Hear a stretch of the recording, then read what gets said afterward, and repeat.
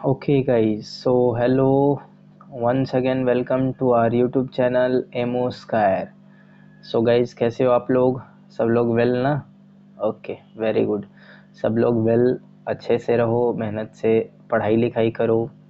So guys आज क्या होने वाला है, आज मैं आप लोगों के लिए फिर से स्टैंडर्ड 10th का ये एक वीडियो लेके आया हूँ। स्टैंडर्ड 10th का ये साइंस का वीडियो है जिसमें मैंने लाइट के काफ़ी इम्पॉर्टेंट से क्वेश्चंस, जो लाइट के इम्पॉर्टेंट क्वेश्चंस हैं उनको मैंने क्या किया है गाइज, कलेक्ट किया है और कलेक्ट करके लिए आपके लिए लेके आया हूँ। तो गाइज चैनल को कर दीजिए सब्सक्राइब एंड उसके बगल में ही जो एक बेल आइकॉन है उसको कर दीजिए प्रेस, ताकि आपको वीडियो का नोटिफिकेशन ईजिली मिलते रहे। ओके गाइज, तो चलिए वीडियो को करते हैं स्टार्ट। ओके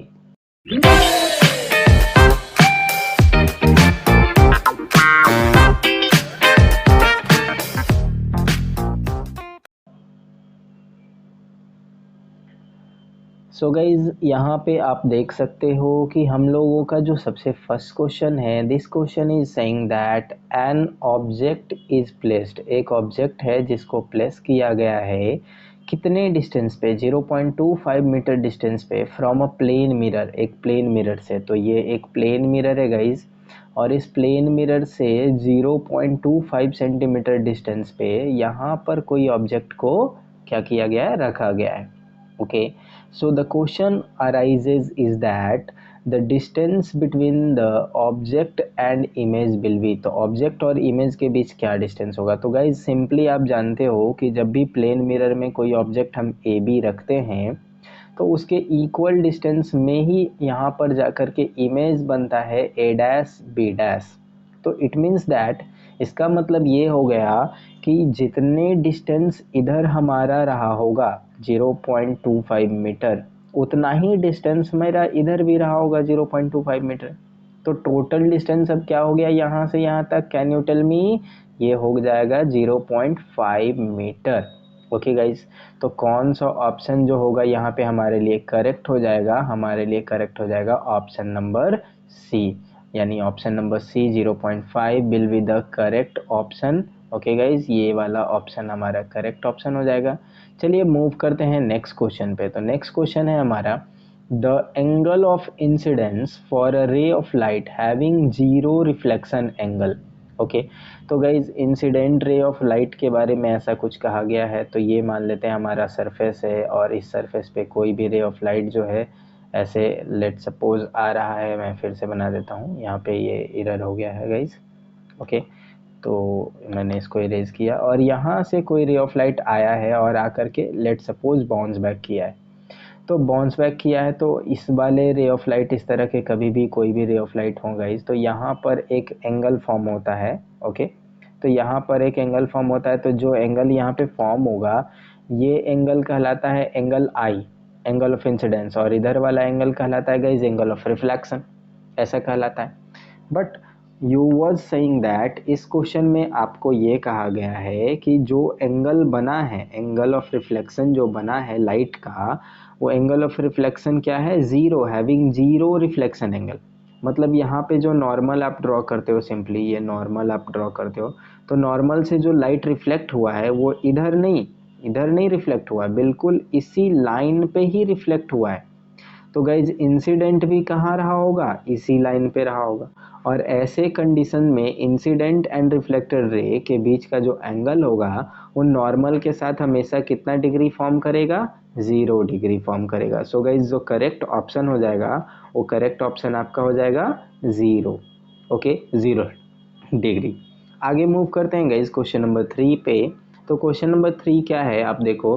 क्वेश्चन नंबर 3 आपको कह रहा है कि फॉर रियल ऑब्जेक्ट, किसी एक रियल ऑब्जेक्ट के लिए, विच of the following can produce a real image. तो कौन सा रियल इमेज प्रोड्यूस कर सकता है? प्लेन मिरर कर सकता है, कनकेव मिरर कर सकता है, कनकेव लेंस कर सकता है, कन्वेक्स मिरर कर सकता है। तो गाइस प्लेन मिरर कभी नहीं करेगा, बिकॉज प्लेन मिरर जो होता है ऐसे रहता है और हमेशा कोई भी ऑब्जेक्ट हो इसका behind the mirror he image बनाता है, मतलब कि वर्चुअल इमेज बनाता है। तो ये तो कभी नहीं कर सकता है। कनकेव मिरर की बात करेगा इस, तो कनकेव मिरर इस तरह का होता है और ये कनकेव मिरर रियल इमेज बनाने के कैपेबल होता है। आप कोई भी ऑब्जेक्ट को इधर रखते हो तो ये इन्वर्टेड साइड अपसाइड डाउन करके कोई कोई रियल इमेज बनाता है, तो ये कनकेव वाला मिरर हो जाएगा गाइज। और नेक्स्ट है हमारा कनकेव लेंस। तो कनकेव लेंस की बात करते हैं अगर हम लोग, तो कनकेव लेंस हमारा ऐसा वाला लेंस होता है गाइज। और ये कनकेव लेंस में जब कभी भी आप कोई ऑब्जेक्ट को प्लेस करते हो, ओके कोई भी ऑब्जेक्ट को आप प्लेस करते हो, तो क्या होता है इसका जो इमेज बनता है ये ऑब्जेक्ट के ही साइड में बनता है और वर्चुअल बनता है, डॉटेड लाइन से बनता है, ऐसा आपको याद होगा गाइज। तो ये भी बना वर्चुअल, मतलब रियल बनने का जो केस है वो किसके किसके साथ है, कनकेव मिरर के साथ है ओनली। और अगर ये कन्वेक्स लेंस रहता लिखा हुआ, लेंस मिरर नहीं रहता, तो इसके साथ भी होता, बट अभी तो है लेंस है नहीं लिखा हुआ।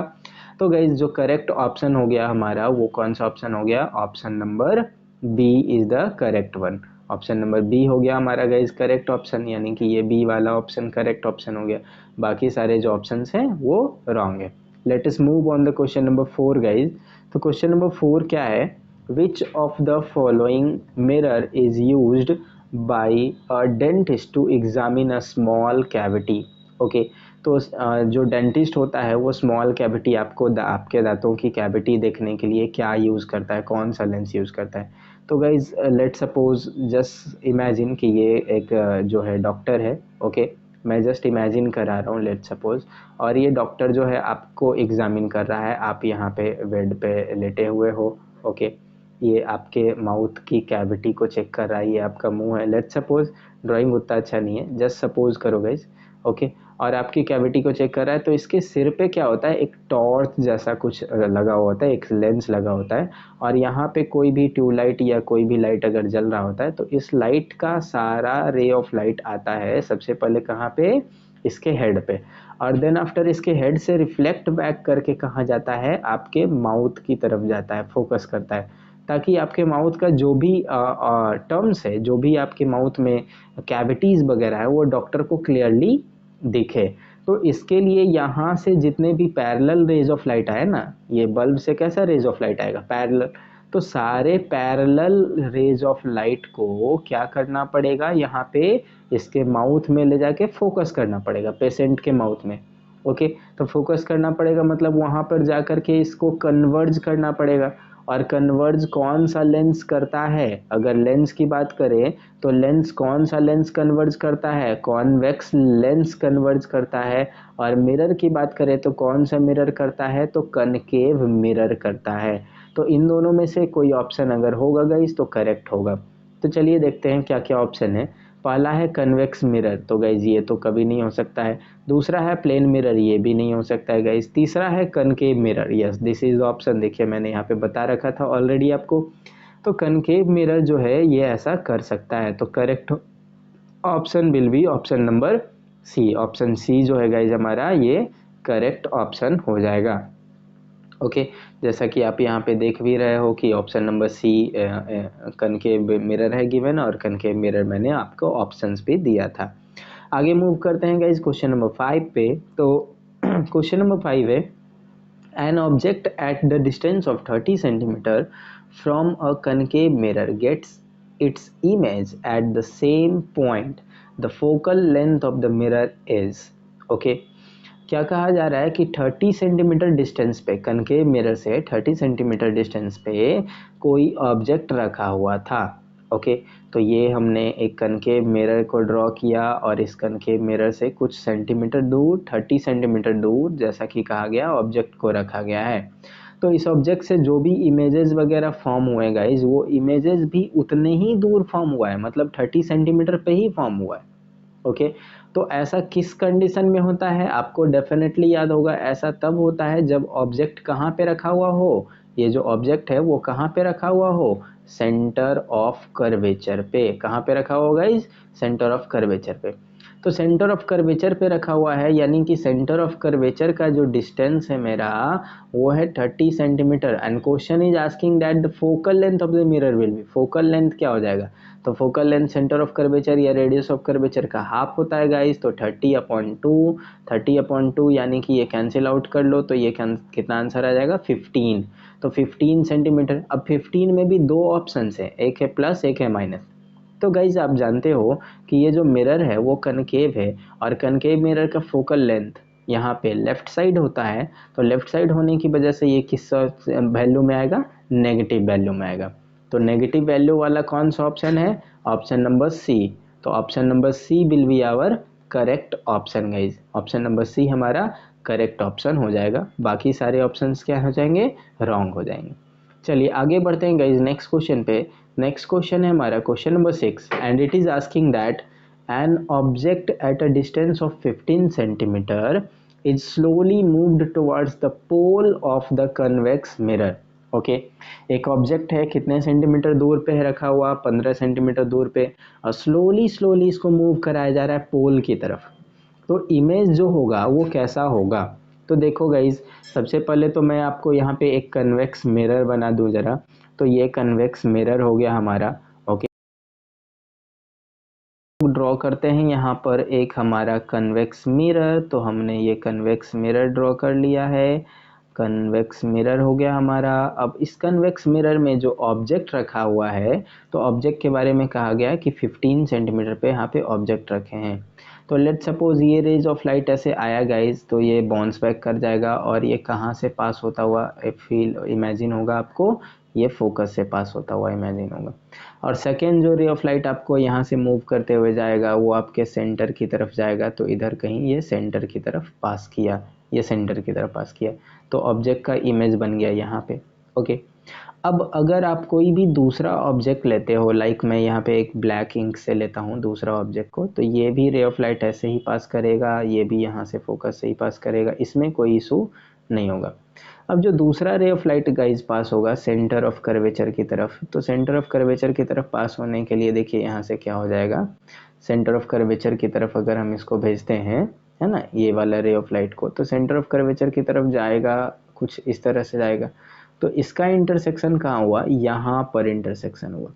इसका मतलब गाइज आप देख सकते हो कि जैसे ही मैंने ऑब्जेक्ट को पोल की तरफ ले जाना चाहा, वैसे वैसे इमेज जो हुआ, इमेज फोकस से दूर होकर के इमेज भी किसकी तरफ आने लगा, पोल की तरफ आने लगा। और तो और इमेज कैसा होने लगा गाइज, कैसा फॉर्म होने लगा, लार्जर इमेज फॉर्म होने लगा, थोड़ा सा बड़ा इमेज फॉर्म होने लगा। तो आपको यहाँ पे इसमें से ऑप्शन सब चेकआउट करने हैं कि कौन सा ऑप्शन सही है, कि इमेज विल गेट, इमेज कैसा हो जाएगा, शॉर्टेंड हो जाएगा, नो कभी नहीं होगा, तो ये ऑप्शन गलत है। इनलार्ज हो जाएगा एंड रियल हो जाएगा, तो इनलार्ज तो होगा गाइज, लेकिन क्या ये रियल इमेज बन जाएगा, नहीं, मिरर के बिहाइंड बना है, मिरर के पीछे फॉर्म हुआ है, मतलब वर्चुअल ही रहेगा। तो ऑप्शन सी है, इनलार्ज हो जाएगा एंड वर्चुअल रहेगा, यस गाइज यही होगा। तो which option will be correct, option number C will be correct, option C हमारा करेक्ट ऑप्शन हो जाएगा guys, enlarge and virtual. Let's move on the next question guys, next question, question number 7 है हमारा, concave mirror of the radius 30 centimetre, 30 centimetre का radius है, और place किया हुआ है वाटर में। Okay, if the focal length in air and water is differ by, तो इसका फोकल लेंथ जो होगा एयर और वाटर के रेस्पेक्ट में डिफर होगा, कितने से डिफर होगा, focal length, radius of curvature 30 है, फोकल लेंथ कितने से डिफर होगा ये पूछा जा रहा है।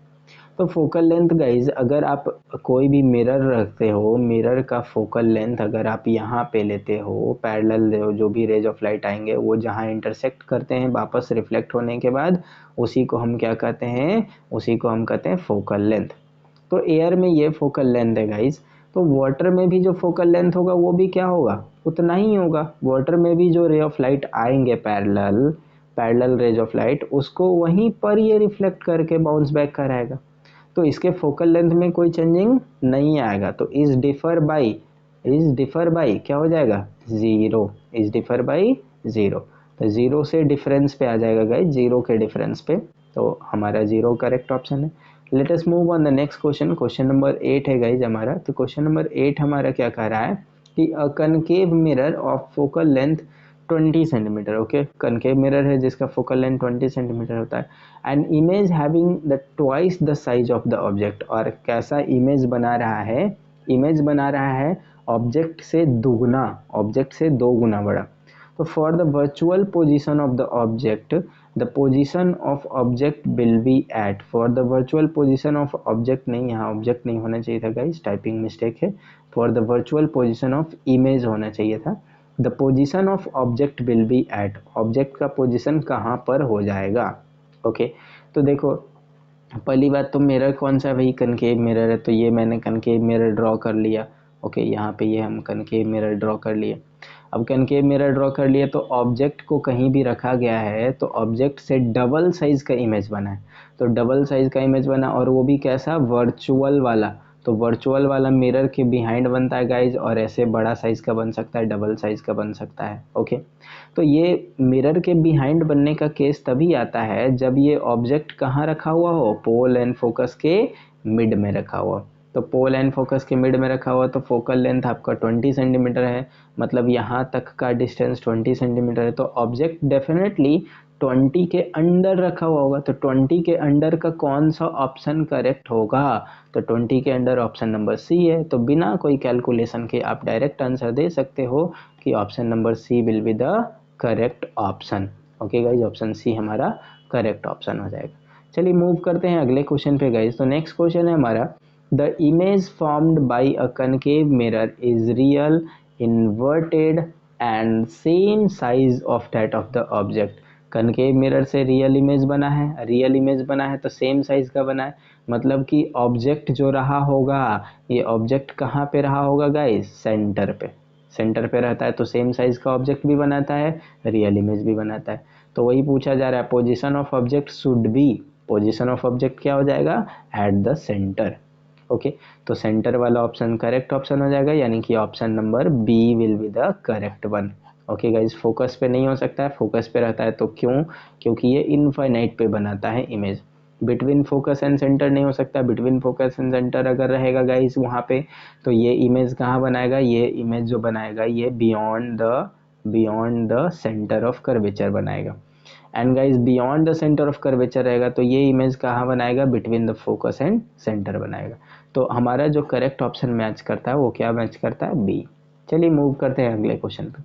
अगला क्वेश्चन है guys question number 10, the nature of image formed by a concave mirror when the object is placed between the focus F and center of curvature C। Okay concave mirror फिर से है, कहाँ ऑब्जेक्ट को रखा गया है, focus और centre of curvature के बीच रखा गया है। तो फोकस एंड सेंटर कर्वेचर के बीच अगर रखेंगे गाइज, यानी कि ये हमारा मिरर हो गया। ओके मिरर में ये हमारा प्रिंसिपल एक्सिस हो गया, ये सेंटर ऑफ कर्वेचर, ये फोकस और ये पोल। तो सेंटर ऑफ कर्वेचर और फोकस के बीच अगर आप ऑब्जेक्ट को रखते हो तो यहाँ से रे ऑफ लाइट जाएगा, फोकस से पास करेगा, ये फोकस से जाएगा, इधर से पास करेगा, कहाँ इमेज बनाएगा, ये इमेज हमारा फॉर्म करेगा बियॉन्ड द सेंटर। कहाँ फॉर्म करेगा, बियॉन्ड द सेंटर। तो सेंटर के बियॉन्ड मतलब पीछे फॉर्म करेगा, और कैसा फॉर्म करेगा ये भी आप देख लो। तो ये कैसा फॉर्म करेगा, रियल इमेज फॉर्म करेगा, लार्ज इमेज फॉर्म करेगा, इन्वर्टेड इमेज फॉर्म करेगा।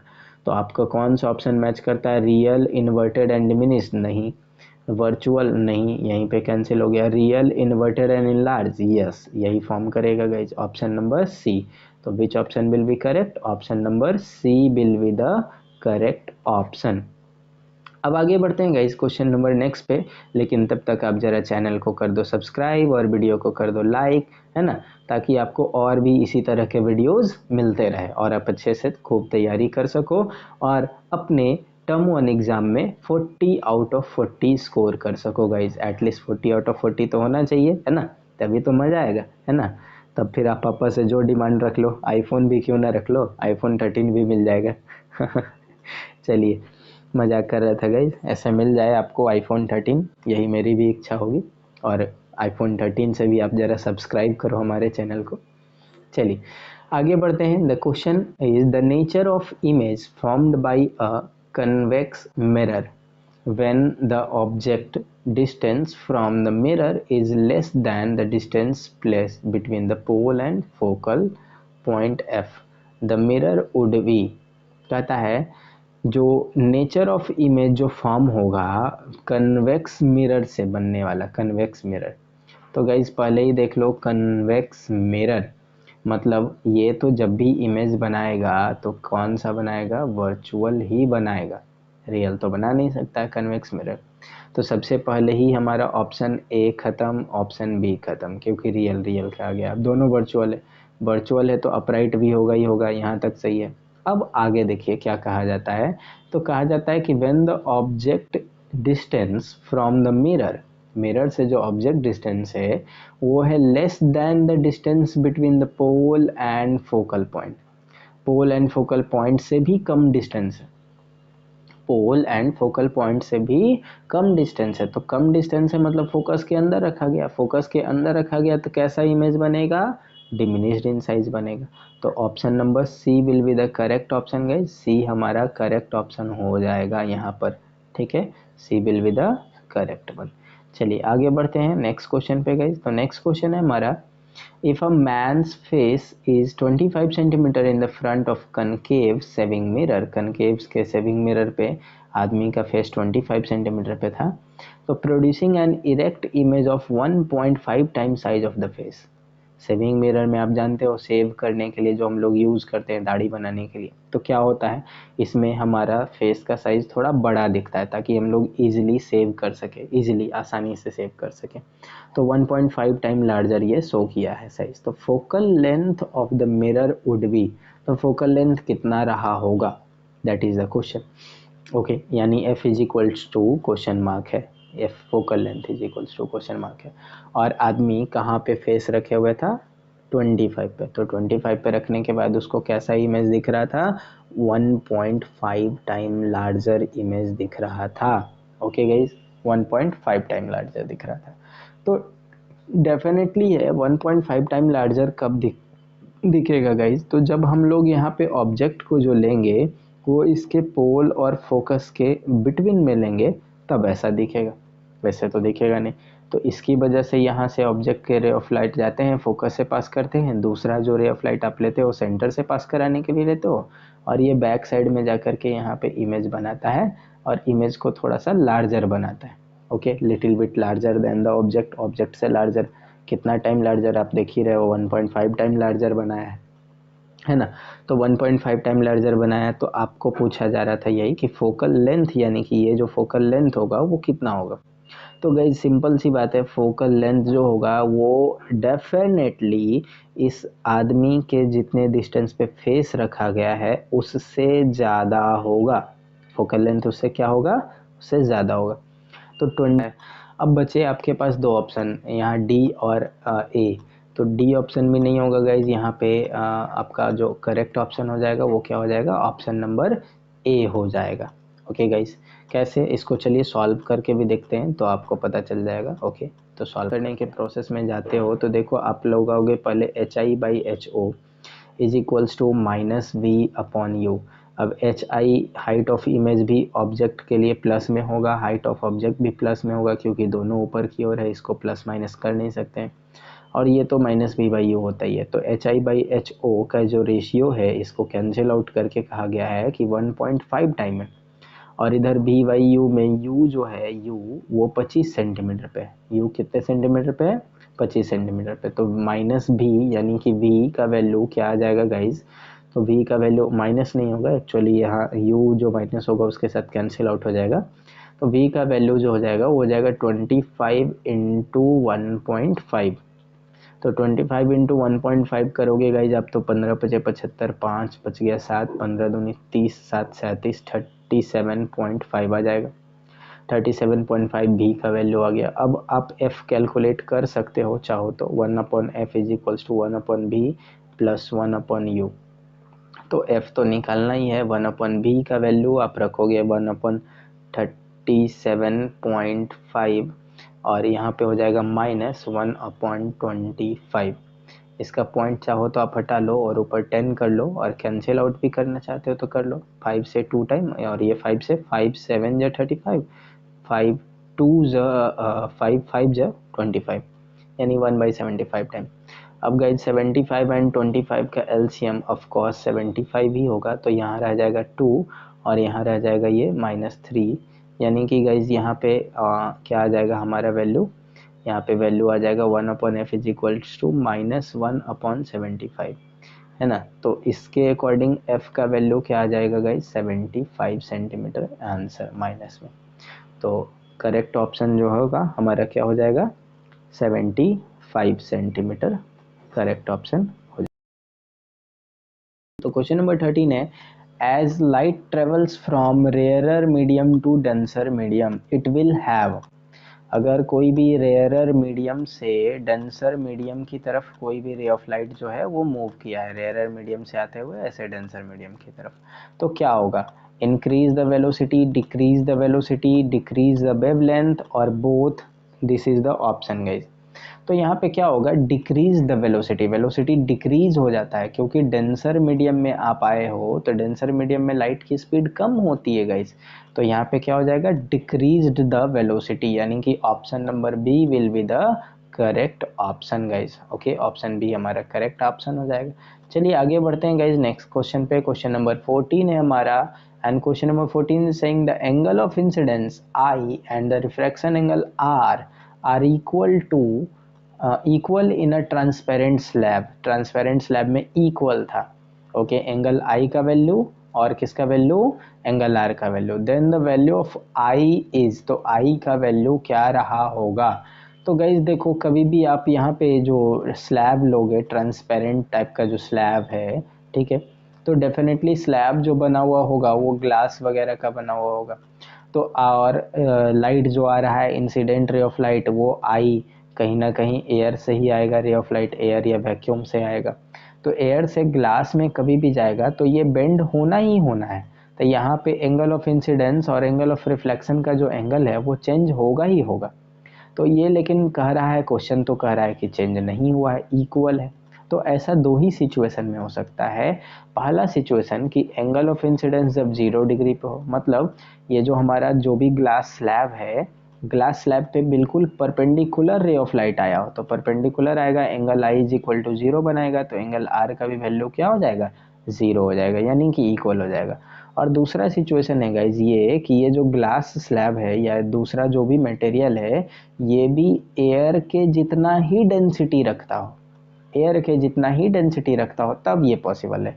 तो ऐसा तो कोई ऑप्शन नहीं रखा हुआ है, एक ऑप्शन हालांकि डी भी है जिसमें कह रहा है depend on the material of slab, तो ये मटेरियल ऑफ स्लैब पे डिपेंड करता है गाइज। तो स्लैब जो होगा गैस का तो कभी बना हुआ होगा नहीं, यानी हमारे एयर का तो बना हुआ होगा नहीं, स्लैब जब भी रहेगा तो ग्लास का ही, तो ये ऑप्शन करेक्ट होते होते हुए भी थोड़ा सा से रह जाता है, और हमारे लिए करेक्ट ऑप्शन फाइनली क्या बन जाता है, ऑप्शन नंबर ए। तो option A will be the correct option guys. Okay, चलिए आगे बढ़ते हैं नेक्स्ट क्वेश्चन पे।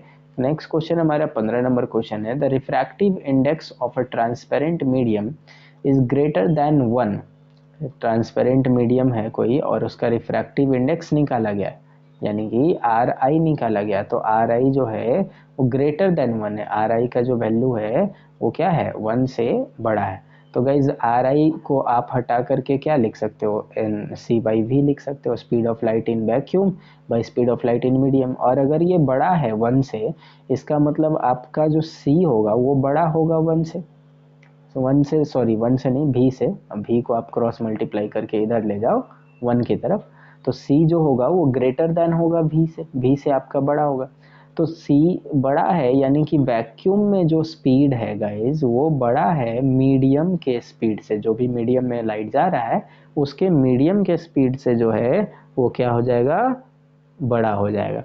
तो speed of light in vacuum is less than the speed of light in medium, no, ये ऑप्शन नहीं हो सकता। Speed of light in vacuum is greater than the speed of light in transparent medium, yes, this will be the correct option guys. Option number B जो होगा हमारा, ये यहाँ पे क्या हो जाएगा, करेक्ट ऑप्शन हो जाएगा, ऑप्शन नंबर बी। अगले क्वेश्चन पे मूव करते हैं गाइस। क्वेश्चन नंबर 16 है, the refractive index of water is 1.33 and the speed of light in water will be. Okay, तो रिफ्रैक्टिव इंडेक्स वाटर का 1.33 दिया है, स्पीड ऑफ लाइट आपसे पूछ रहा है, तो आर आई का फॉर्मूला अभी अभी मैंने बताया सी अपॉन वी, आर आई का वैल्यू आपका दिया 1.33 और इज इंटू भी कर दो इज इक्वल टू सी हो जाएगा, सी यानी कि 3 इंटू 10⁸ हो जाएगा गाइज। तो यहाँ से v निकाल लोगे तो क्या आ जाएगा 3 इंटू 10⁸ डिवाइडेड बाई 1.33। तो 1.33 से इसको कैंसिल आउट करना होगा, तो 1.33 से कैंसिल आउट करके जो भी वैल्यूज आएंगे आपके वो आपका क्या हो जाएगा, आंसर हो जाएगा बी का। तो speed of light in water divided by 133, अब डिवाइड करो तो 133 से 2 टाइम में तो पहले ही होगा, तो 2 टाइम में यानी कि 166 हो जाएगा गाइज। अब 166 के बाद ये बचेगा 4, ये बचेगा 3 और ये बचेगा कितना 1। ओके, तो 134 बचेगा। अब पॉइंट लगाओगे तो 0 आ जाएगा। तो इधर है 133, इधर है 1340, तो ऑलमोस्ट आपको क्या लग रहा है कि ये कितने टाइम लगेगा, तो ये आपका हो जाना चाहिए, सॉरी गाइज, यहाँ पे ये 266 होगा तो ये 0 हो जाएगा। हाँ, अब देखो, अब ये यहाँ पे हो जाएगा हमारा 340 है। अब पॉइंट लगाओगे तो कितने टाइम आप इसको डिवाइड करोगे ये आपको सोचना है। तो अगेन आप देख लो, लगभग 2 ही बार लग पाएगा, 266 ही लग पाएगा, उससे ज़्यादा बार तो नहीं लगेगा क्योंकि 340 ही है ये डाटा। तो 2.2 समथिंग आया, तो 2.2 कौन सा ऑप्शन है, ऑप्शन नंबर सी है। तो option number C will be the correct option, option C हमारा करेक्ट वन हो जाएगा गाइज, यानी कि ये वाला। अब आगे बढ़ते हैं क्वेश्चन नंबर 17 पे। 17 नंबर क्वेश्चन है, you are given a 3 media A B C of refractive index इतना इतना एंड इतना। Okay, the medium in which the light will travel faster, सबसे फास्टर मीडियम किस में ट्रेवल करेगा। तो गाइज आपको मैं बता दूं कि आर आई जो होता है, आर आई वो इन्वर्सली प्रोपोर्शनल होता है speed of light in the medium के, speed of light in the medium के। तो मीडियम में स्पीड ऑफ लाइट आपको मैक्सिमम चाहिए, तो रिफ्रैक्टिव इंडेक्स आपको कौन सा चूज करना होगा, मिनिमम चूज करना होगा। तो आप इससे कंपेयर कर लो कि मिनिमम स्पीड ऑफ लाइट किसका है, 1.33 का यानी कि ए का है। तो इसके लिए जो स्पीड होगा सबसे फास्टेस्ट जो होगा वो किस में होगा, ए में होगा, यानी option number A will be the correct one. आगे बढ़ते हैं गाइज 18 नंबर क्वेश्चन पे। कह रहा है light from the sun falling on a convex lens, एक कन्वेक्स लेंस पे फॉल कर रहा है and will converge at a point called. तो ओके, कन्वेक्स लेंस पे फॉल किया और वो कन्वर्ज हो जा रहा है एक पॉइंट पे, तो उस पॉइंट को क्या कहते हैं, तो उस पॉइंट को कहते हैं गाइज फोकस। कन्वेक्स लेंस है, ये कन्वेक्स लेंस हो गया, इस पे जितने भी parallel beams of rays of light आएंगे ये सब के सब फोकस हो जाते हैं एक पॉइंट पे एज यू नो, और जिस पॉइंट पे ये फोकस होते हैं उसको क्या कहा जाता है, फोकस पॉइंट। तो option number B will be the correct. अगला क्वेश्चन है guys, question number 19, large number of the thin stripes of the black paint are made on the surface of a convex lens. Okay, convex lens के surface पे ऐसा बनाया गया है, focal length है convex lens का 20 centimetre, to catch the image of a white horse, एक white horse का इमेज जो है कैच करना है। The image will be, image जो होगा वो कैसा होगा, a zebra of black strip, a horse of black strip, a horse of less brightness, a zebra of less। तो गाइज मैंने यहाँ पे इमेज जो बनाया है वो वाइट हॉर्स का बनाया है, तो हॉर्स का इमेज जेबरा तो हो नहीं जाएगा, तो जेबरा नहीं होगा, हॉर्स ही होगा, यानी ये ऑप्शन बी और ऑप्शन सी यहाँ पे होगा। अब ऑप्शन बी और सी में देखो, इसमें कहता है लेस ब्राइटनेस, ब्राइटनेस लेस नहीं होगा, ब्राइटनेस तो जितना आ रहा था उतना ही होगा, बस क्या आ जाएगा उसमें एक ब्लैक स्ट्रिप आ जाएगा, क्योंकि पहले ही हमने उस पर पतले पतले स्ट्रिप बना दिए थे। तो option number finally B will be the correct one, option B हमारा सही हो जाएगा। अगले क्वेश्चन में एंड आखिरी क्वेश्चन में आते हैं गाइस इस वीडियो के, 20 नंबर क्वेश्चन। अ डाइवर्जेंट लेंस, डाइवर्जेंट लेंस है विल प्रोड्यूस, तो डाइवर्जेंट लेंस कैसा इमेज प्रोड्यूस करेगा, तो डाइवर्जेंट लेंस का मतलब गाइज कनकेव लेंस, तो कनकेव लेंस जब भी आप इससे लेते हो तो लाइट डाइवर्ज होता है, लाइट इधर इधर फैल जाता है एज यू नो। ओके, तो इससे कैसा इमेज बनेगा, तो इससे हमेशा वर्चुअल इमेज बनेगा, ऑलवेज वर्चुअल इमेज। तो दैट्स ऑल गाइज, यही हमारा वीडियो का पूरा फाइनल था। इसमें हमने क्वेश्चन 1 से लेकर के क्वेश्चन 20 तक हमने कवर किया। ओके, अगर वीडियो आपको अच्छा लगा हो तो प्लीज़ वीडियो को करें लाइक, फ्रेंड्स के साथ करें शेयर, ताकि आपके फ्रेंड्स को भी अच्छे मार्क्स मिल सके, वो भी अच्छा स्टडी कर सके गाइज। एंड चैनल को कर दीजिए subscribe. Okay, so thank you for watching guys, thanks, take care, bye bye.